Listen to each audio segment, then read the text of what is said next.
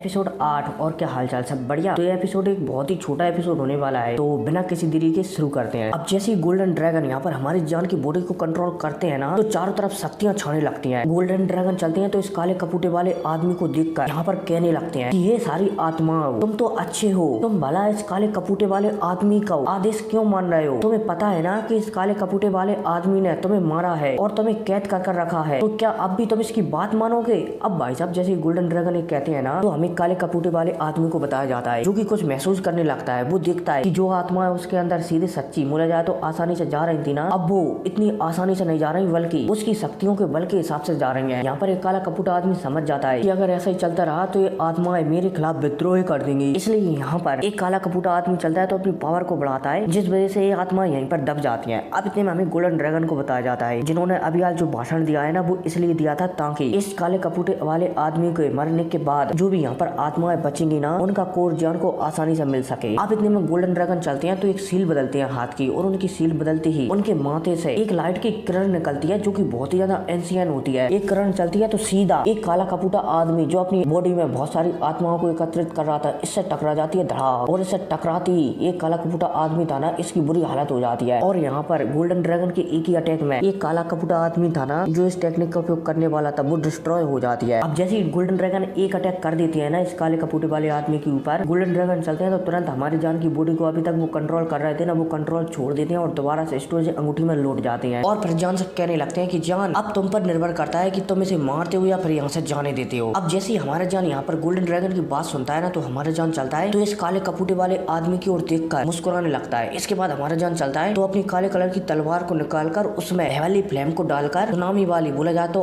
आग की लहर वाली टेक्निक का उपयोग कर देता है, जिस वजह से यहाँ पर जो काले कपूटा आदमी था ना, वो दो टुकड़ों में कट जाता है और यहीं पर टिल हो जाता है। अब इतने में यहाँ पर हमें सारी आत्माओं को बताया जाता है, जिसने कि एक काले कपूटे वाले आदमी ने पकड़ कर रखी थी। ये आत्माएं चलती हैं तो ये सारी की सारी आत्माएं एकजुट होने लगती हैं और यहाँ पर एक क्रिस्टल बनाने लगती हैं। अब जैसे ही हमारा जान इस क्रिस्टल को देखता है ना, तो जान समझ जाता है कि क्रिस्टल बहुत ही ज्यादा खास है। और तो हमारा जान यहाँ पर ये भी समझ जाता है कि कुछ समय पहले गोल्डन ड्रैगन ने जो इन आत्माओं से कहा था ना, वो क्यों कहा था, ताकि इन आत्माओं की जो नकारात्मक शक्तियां है ना, बोला जाए तो बुरी सोच है ना, वो जान के ऊपर हावी न पड़ पाए। हमारे जान चलता है तो इन आत्माओं से जो आत्मा क्रिस्टल बना था ना, उसे अपने पास रख लेता है। अब इसके बाद जान चलता है तो यूरो के पास पहुंच जाता है। यूरो चलती है तो वो अभी तक होश में आ जाती है, लेकिन किंग युआन थी ना, तो वो अभी तक होश में नहीं आई थी, बल्कि बेहोशी थी। यूरो हमारे जान से पूछने लगती है कि आखिर उसका क्या हुआ काले कपूटे वाले बंदे का। हमारा जान यूरो को कह देता है कि मुझे पता नहीं, वो शायद यहाँ से डर कर भाग गया। हालांकि यूरो को हमारी जान की बातों पर शक होता है कि जान कहना क्या चाहता है, लेकिन जान ज्यादा एक्सप्लेन नहीं करता। अब इसके बाद जान चलता है तो किंग युआन को गोद में लेकर यूरो के साथ आगे बढ़ने लगता है, बोला जाए तो यूरो के घर जाने लगता है। अब सीन शिफ्ट होता है और हमें एक सिटी का सीन बताया जाता है, जहाँ पर यूरो और हमारा जान किंग युआन के साथ आ गए हैं। अब जैसे यूरो यहाँ पर आती है ना, तो वो एक होटल की बेहतरीन व्यवस्था करवाती है और वहाँ पर किंग युआन को ठहरा देती है, मतलब कि आराम करने के लिए छोड़ देती है। इसके बाद हमारा जान चलता है तो यूरो के साथ उसके महल में चला जाता है, बोला जाए तो यूरो के फादर के पास चला जाता है। हालांकि रास्ते में जाते समय यूरो को बहुत सारे